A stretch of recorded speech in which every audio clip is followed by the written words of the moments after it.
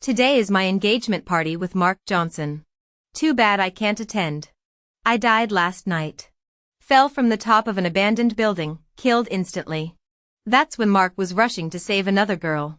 Mark frowned as he called me, his face darkening with each busy tone. If Emily doesn't answer soon, we're calling off the engagement today. Fine by me. Dead people don't answer phones. My mom and brother hovered nearby, all forced smiles and nervous glances. Were they worried about me? No. They were terrified of offending Mark, their golden ticket. My brother Michael's dream house and down payment were on the line. Mom snapped, "That brat can't even answer her phone. Did she drop dead or something?" Funny she should say that. In the corner, my best friend Sarah Miller gently tugged at Mark's sleeve. "Mark, do you think I'm found out I called you for help last night? Is she mad at me?" Her eyes welled up. "I feel so bad, but I was so scared." Mark's brow furrowed as he soothed her, "It's not your fault. I didn't tell her." Sarah's eyes shimmered with tears. "I hope Em doesn't misunderstand. She's my only friend." I almost laughed. Another person ruining the word friend. If she cared about misunderstandings, why call Mark alone last night? Yesterday, Mark and I were driving back from the suburbs. He took a call through his earphones. I could barely make out a woman's voice, panicked about someone following her. The weepy tone sounded familiar, but I couldn't place it. Mark's voice turned surprisingly gentle. "Don't worry. I'm on my way." After hanging up, he hesitated. "Em, I need to handle something. It's not on the way. Can you Uber back?" It was a question, but his tone was final. I stayed put. "What's so urgent I can't come with? Is there someone I shouldn't meet?" This was the first time I'd challenged him. Mark, my boyfriend and boss, wasn't used to my defiance. Annoyance flickered across his face. "Emily, we're getting engaged tomorrow. What are you so afraid of?" I opened my mouth, then closed it. I wasn't afraid. I just hated being lied to. As I stepped out, a light rain started. I turned back for an umbrella, but Mark peeled away. He must have been desperate to reach that girl. He didn't care if I could get a ride or got soaked. The area was desolate, just a few abandoned buildings and flickering streetlights. Crouching by the road, I swiped through Lyft and Uber, but no drivers were available. Anxiety crept in, followed by danger. A middle-aged man emerged from the shadows, pretending to wait for a ride, but his eyes lingered on me. Staring at the empty, pitch-black road, I felt sick with dread. I wanted to run, but my ride hadn't arrived. I wanted to call the police, but what could I say? He hadn't done anything yet. My hands shook as I dialed Mark. "Mark, can you come back? I can't get a ride." I didn't mention the man, he was standing right beside me. Mark tried to sound patient. "Em, there are a dozen apps. Just request one." The rain chilled me to the bone. I was almost in tears. "I can't. Please just come." Mark snapped, "Emily, I have real things to do. Stop being so obsessive." The man edged closer. In a panic, I blurted, "If you don't come, I'm skipping the engagement party tomorrow." Silence. Then ice-cold fury, "Don't threaten me with that." Before I could process his words, the line went dead. That's when my phone was ripped from my hand. I ran, but he was too strong. He dragged me into the abandoned building, my calves scraping raw on the concrete. Trapped on the 7th floor ledge, I begged, "Take my money, my cards, anything." He leered, yellow teeth bared. "My wife used to wear skirts like that. You sluts love tempting men, don't you?" He was a maniac, out for blood, not cash. What had I done? Just worn a dress. "I'll carve up your pretty face," he hissed, advancing with a switchblade. "See how sexy you are then." Cornered, I stepped back, and fell. One moment, searing pain.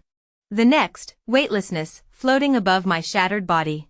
Down below, my face was unrecognizable.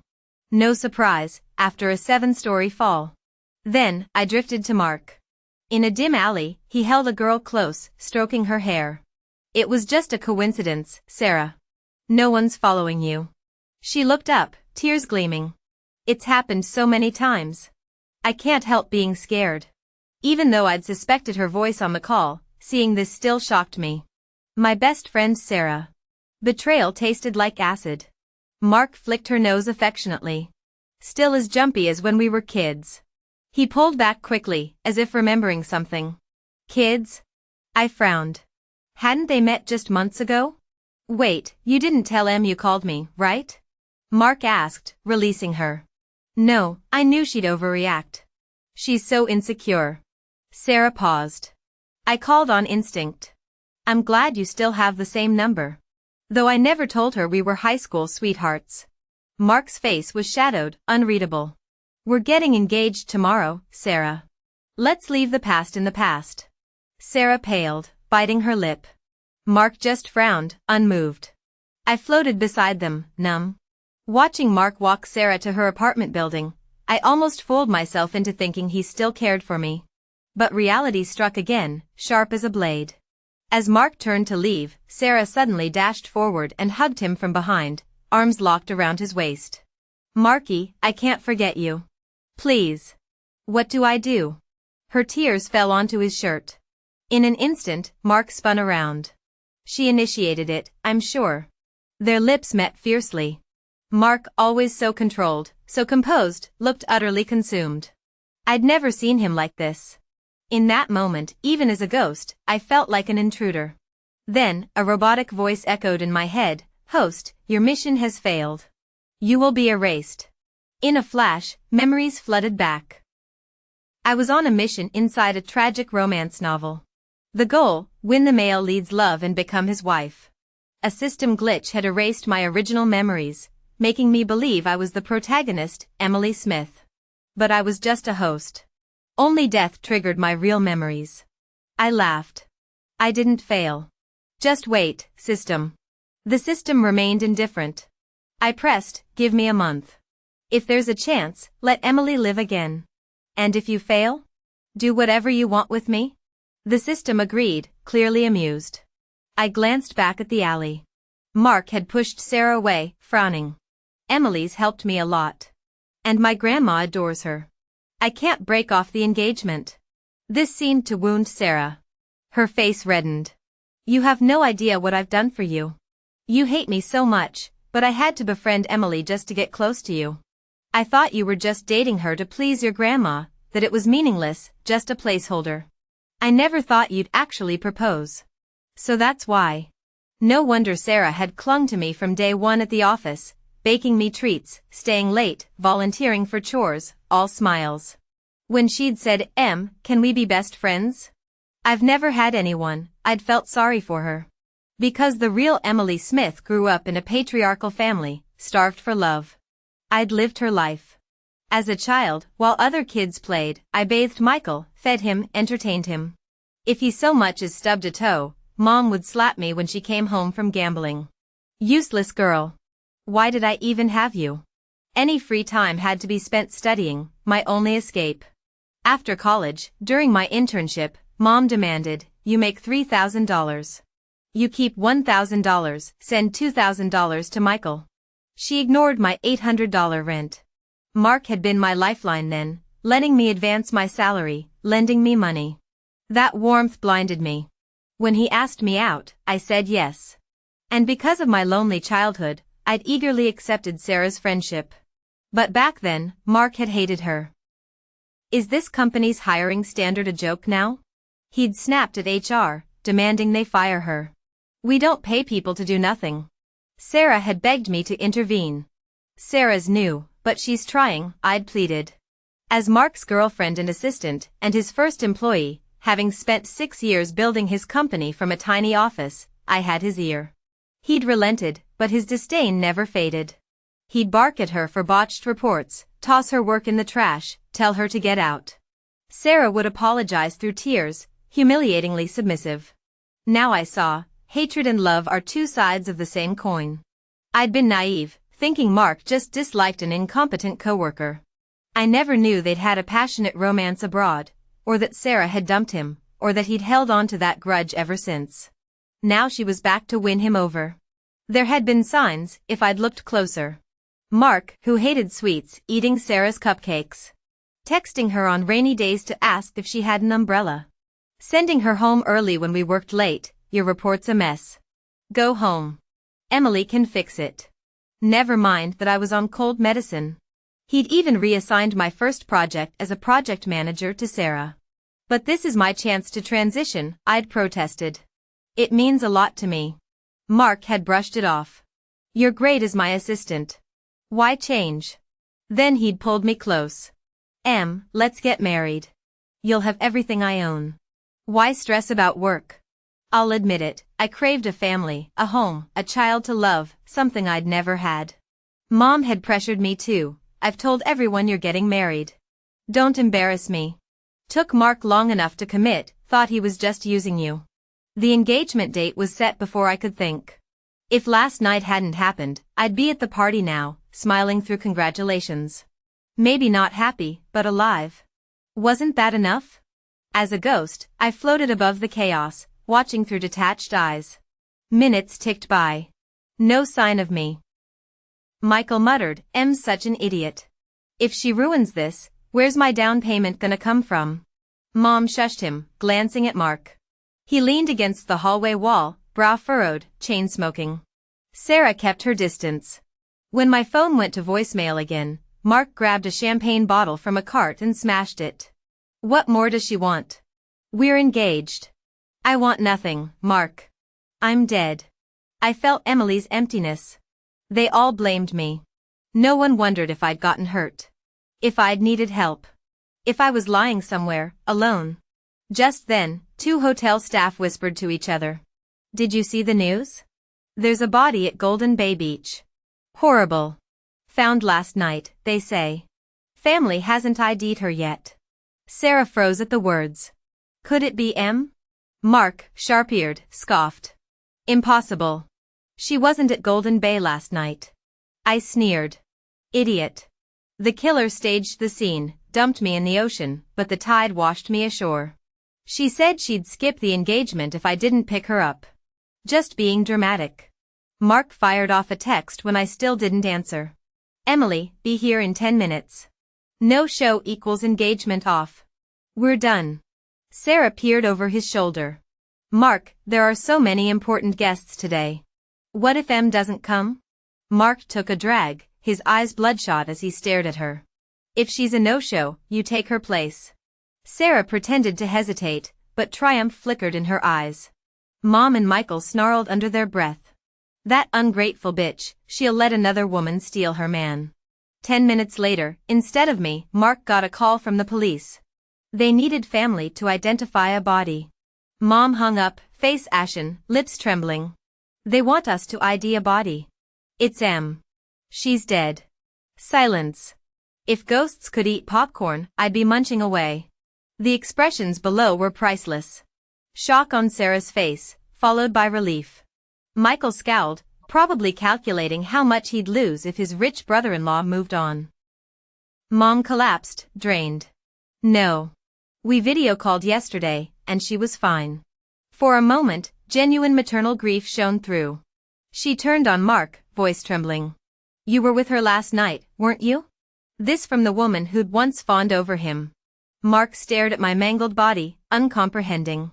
When he spoke, his voice was hoarse. She got out of the car mid-ride. I circled back 20 minutes later, but she was gone. I thought she'd left. Ah, so he'd tried to find me. Too bad I'd been attacked minutes earlier. Mom blurted, Mark, how could you leave her alone? Michael yanked her back, glaring. Don't piss off the cash cow. Mom swallowed her words. See? Even in death, her love had limits, Michael's future came first. At her words, Mark's eyes flickered to Sarah, sharp as a blade. Was someone really following you last night? Sarah dropped her gaze, fake tears welling up.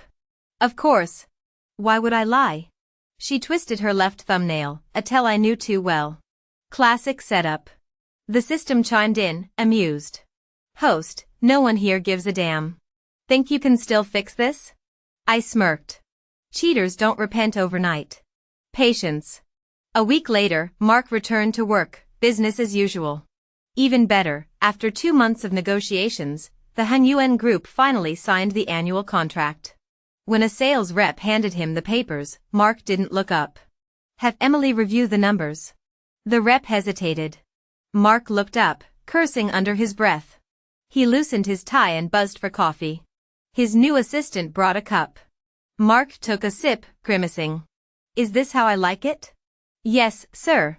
I followed Emily's exact steps. I don't know why it's different. He still hadn't adjusted to her absence. Just then, the administrative manager knocked, carrying a photo frame. Mr. Johnson, these are the team-building photos. Emily said you'd want one in your office. Mark glanced at the picture. Why isn't she in it? You forgot, sir. Emily skipped the retreat to handle Heng Yuan. Lin Huan. Sarah almost botched the deal, but Emily spent a month negotiating to save it. She was at Heng Yuan that day. Mark was silent for a beat. Photoshop her into the photo. The manager blinked. Sir? Add Emily's face to the group photo. Do I need to spell it out? Rolling her eyes inwardly, the manager nodded. Mark opened his third left drawer, revealing stacks of my old sticky notes. Mark, take your meds in an hour. Review file number 2 first. Don't be mad, okay? With a tiny doodled smiley face. Hundreds of notes, reminders I'd stuck on his desk. Hard to erase 6 years of constant presence. His face darkened as he found a pale blue note. You left me yesterday when you were mad. Please don't do that again. Being abandoned scares me. When I was a kid, Mom would abandon me midway during car rides whenever she got angry, making me walk home alone. It left a lasting trauma. The day before I wrote that sticky note was one of Mark's lowest moments. During a rough patch at the company, he'd gotten wasted at a client dinner, desperate to secure a deal. I couldn't stand seeing him red-faced and incoherent, so I stepped in and drank several glasses for him. When I was a kid, Mom would always abandon me mid-drive when she got angry, making me walk home alone. It left me with lasting trauma. The day before I wrote that sticky note was one of Mark's rock-bottom moments. During a company crisis, he'd gotten hammered at a client dinner, desperate to close a deal. I couldn't stand seeing him slurring and flushed, so I stepped in and took several shots for him. The client, impressed by my generosity, threw an arm around me to pour more.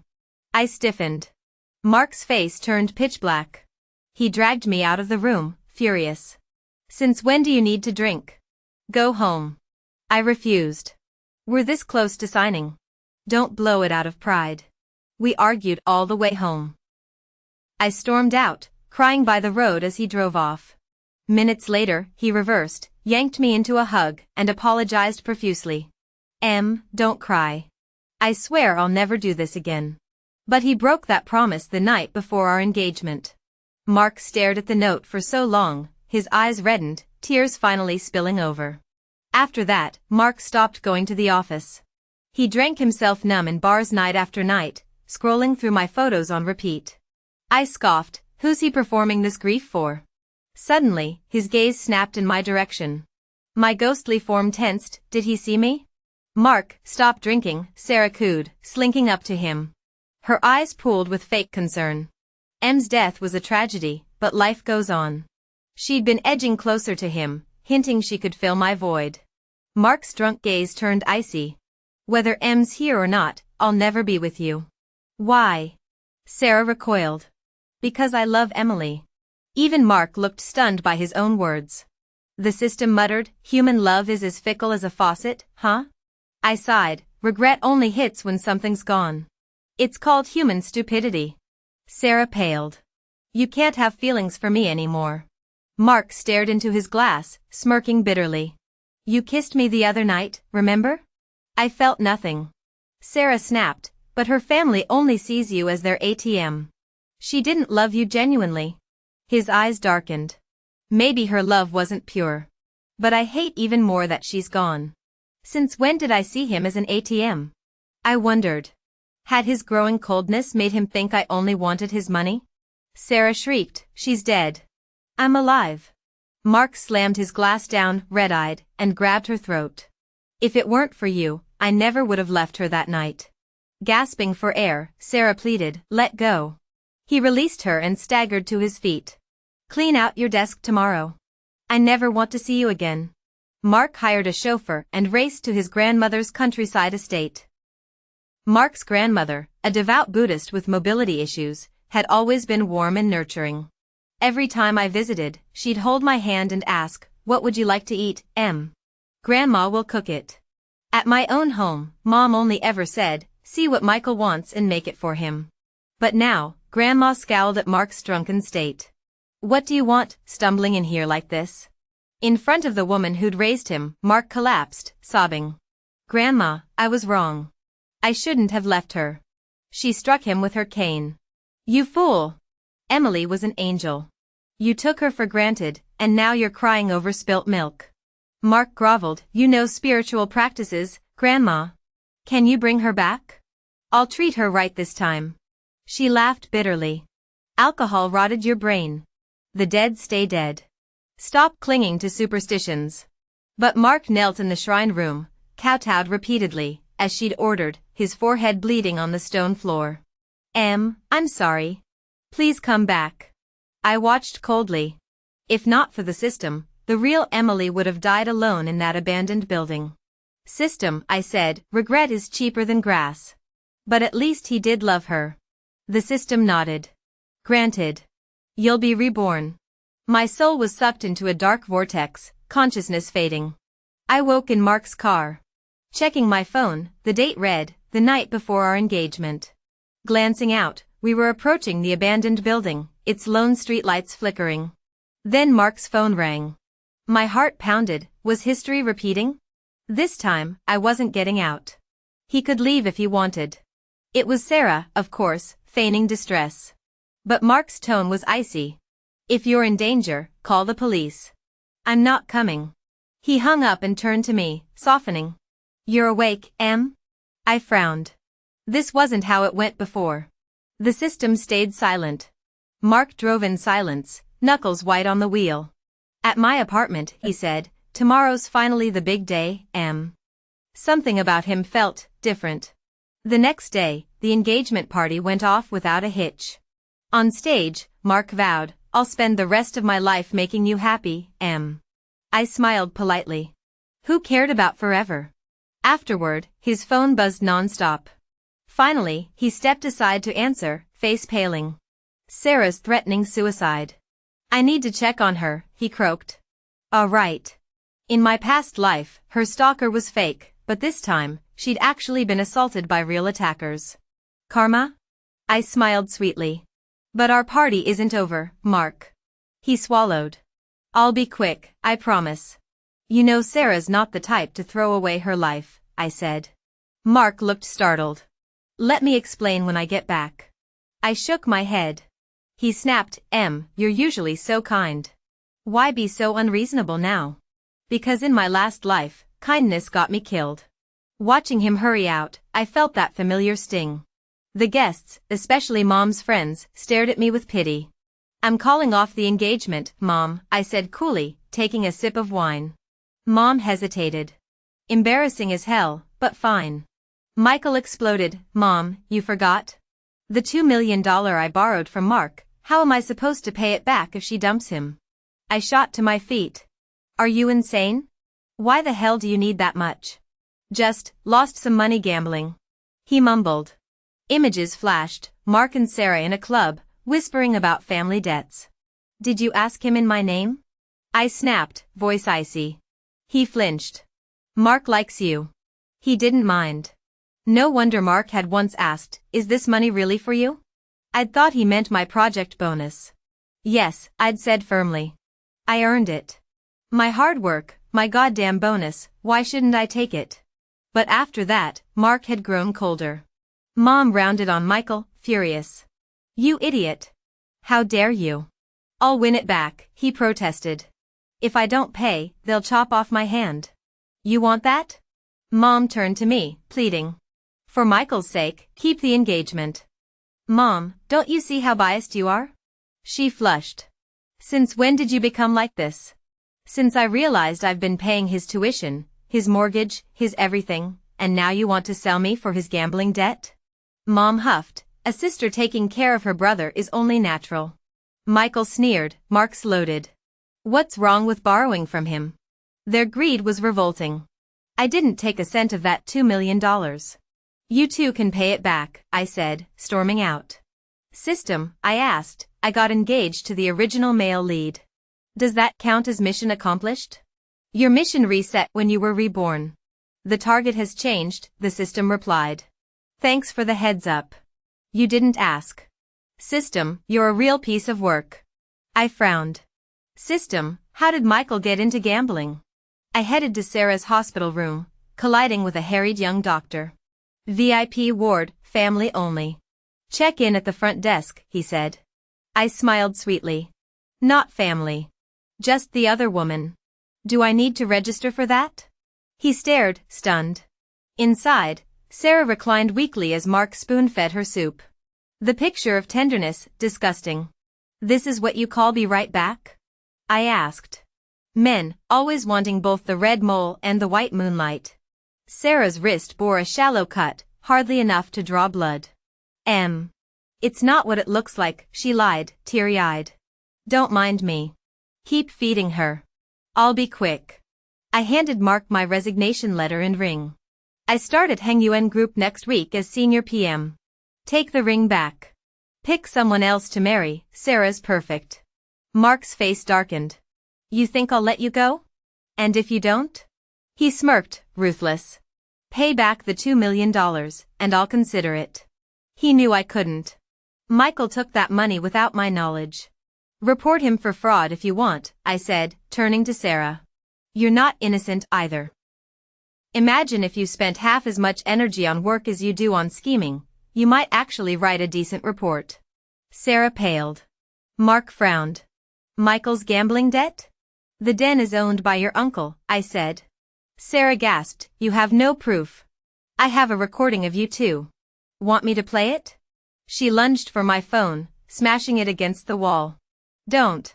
They'll leak the photos? She collapsed into Mark's arms, sobbing. Pathetic. I'd had no proof, of course. Just a hunch. But Mark bought it instantly. She's traumatized. I'm done here. As I turned, Mark grabbed my arm. Don't go, he croaked under the trees. I'm sorry. For leaving me to die in our past life? Or for ditching me at our engagement party this time? Mark froze. You remember, both lives? I nodded. That night, do you know how terrified I was? Falling 7 floors, bones breaking. I didn't die instantly. I bled out. His eyes filled with guilt. I watched you two in the alley, kissing, confessing your childhood love, I said. And at the office? Yelling at her to hide your hatred? I felt like a joke. He swallowed hard. So, you'll never forgive me? It's not about forgiveness. Hope flickered in his eyes. Forgiveness implies care. Hate implies care. I don't care enough to feel either, I said. Emily's future has no room for you. His face fell. You don't even hate me? I smiled faintly, turning to leave. Then chaos erupted from the hospital, screams, shouting. Someone's been stabbed, a voice yelled. Michael had killed Sarah. By the time we rushed in, he was standing over her, a switchblade lodged in her carotid artery. Blood gushed from the wound. His eyes were bloodshot, his face gaunt, clearly, he'd spent all night in the gambling den, sanity gone. When he saw me, he jolted. I just asked her for a loan. She always gave me money before. Of course she had. The den was owned by her uncle, the money just cycled back to them. Sarah had lured Michael into gambling, and now she'd been bitten back. Tragic, really. Her plan, with a gambling-addicted brother and a gold-digger sister, Mark would surely leave me eventually. Why go to such lengths? System, was Sarah also a book traveler? No. She was just the villainess. Mark had the mission. After Rebirth, his target was you? My heart sank. Did he fail? Yes. I knew the consequences of failure. Michael was convicted of first-degree murder and jailed. Mom cried harder than when I'd died in our past life. Grief made her ill, she ended up in the hospital. You have to help him. Save your brother, she wailed. Mom, he murdered someone. What do you want me to do? She snarled, it's all your fault. Why couldn't you have died instead? I smiled. I already did once. Not doing it again. Leaning close, I whispered, you'd better shut up, or you'll end up with no one to care for you in old age. Her face flushed with rage, but she clamped her mouth shut. As I left, I heard neighboring patients whisper. No surprise her son's a killer, with a mother like that. Let's switch rooms. Bad juju being near a murderer's mom. Poor mom, she'd spend the rest of her life labeled the killer's mother. Seasons changed. Life went on. At Heng Yuan Group, I thrived, 2 promotions in 1 year. Time to think about love again. The shy, gentle doctor from the hospital? He'd been perfect, loyal, devoted, head over heels. Will you marry me? He asked under the stars, eyes shining. As I slipped on the ring, a chill ran through me. Oh. He was still here. The system had said Mark's spirit refused to move on after being erased, lingering like I had once. If that was true. I smiled slyly. Then I'd just have to be extra happy. After all, this was the joy of rebirth.